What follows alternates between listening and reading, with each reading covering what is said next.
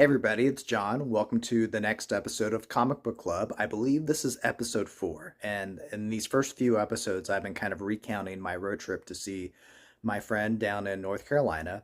And I had stopped at places in Kentucky and Tennessee. And at this point, I'm in North Carolina. We've already gone to one comic shop.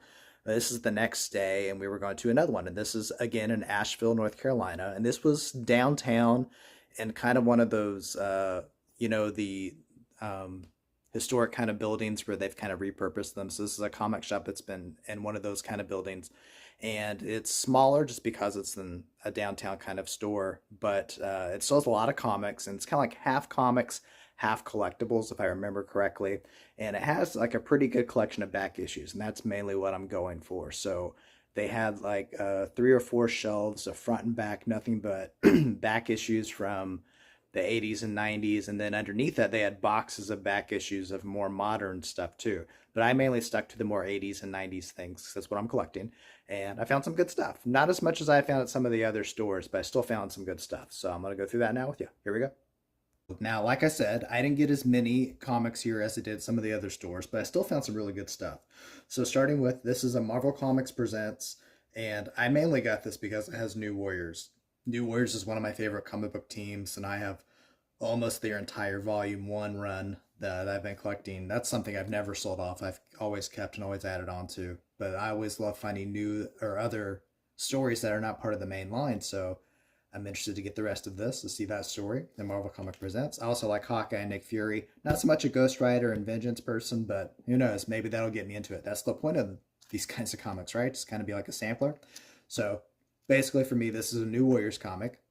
And then Marvel Triple Action number 41. If you're not familiar with these are like late 70s, early 80s reprints of Avengers titles. I have some of these that reprint a lot of Kang stories, but this one is an Avengers one, and we see Magneto with Quicksilver and Scarlet Witch, so that looks interesting. And then Avengers number 324. This is part of the Crossing Line story. And then Wonder Man.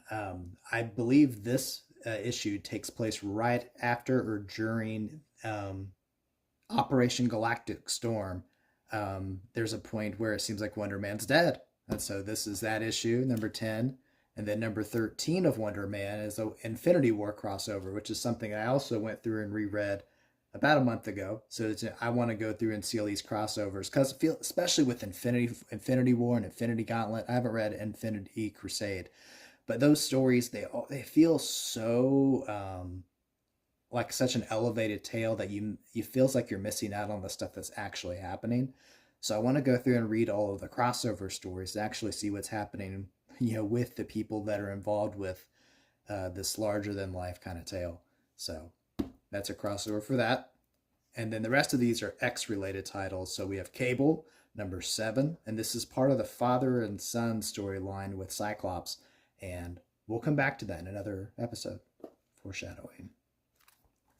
And then Mephisto versus the X-Men. I didn't know this was a thing. I had recently found X-Men and the Fantastic Four miniseries, and I read all that, and it was really great. And then I kind of found out that they had done a whole bunch of these miniseries with a bunch of characters. So this is number 3 of that. I would like to get the rest of that and read it. That'll be interesting. And then What If Archangel Fell from Grace? Uncanny X-Men 301. I love Forge, so this will be great. X-Men 273. We're getting close to the Claremont ending era. So you can see we have X-Factor, we have X-Men, we have X-Force, X-Factor, everybody's here.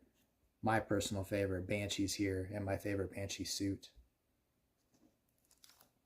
X-Men 271, part of Extinction Agenda. I love this story, and this is in great condition, at least the cover. And then the last one I got is part of the Evolutionary War storyline, where they're facing off with the High Evolutionary, and this is the X-Men annual that covers that. And I talked about in the last episode where I'm trying to collect all these annuals and see these bigger stories. So a lot of good finds here. The prices were pretty good. I think I paid $2 to $3 per comic. Might have been a couple that were $1. There was one new Defenders comic that I got here that when I got it home, I realized it was pretty badly water damaged and kind of had an odor to it, and then makes you think mold. So I had to toss that. But I was excited to find a new Defenders because, as you guys know, if you've been paying attention, that's stuff that was one of the things that I'm trying to finish up this year. But overall, it was a good stop. This was a fun place. The lady that was working there was really nice. She was obviously a comic book fan herself. We talked a lot about comics and about current movies coming up.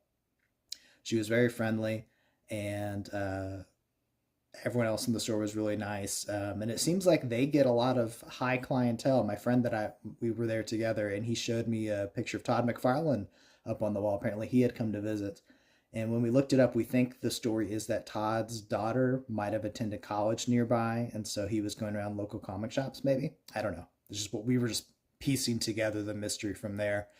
It was a really cool shop, and my favorite thing about it is that on the sidewall was a really cool mural. And Asheville has a lot of art and murals, a lot of all over the place, but a really cool art mural of Batman that I'll put up right now so you guys can see. It was just really cool. Like, I liked just the front of the store, but going around and seeing that, I was like, man, that's so cool. Imagine walking up to see that at work every day. That'd be really great. So again, this was Morgan's Comics. It's in Asheville, North Carolina. Nice store, nice people, good stuff, good prices. So if you're ever there, check it out. I'll see you next time.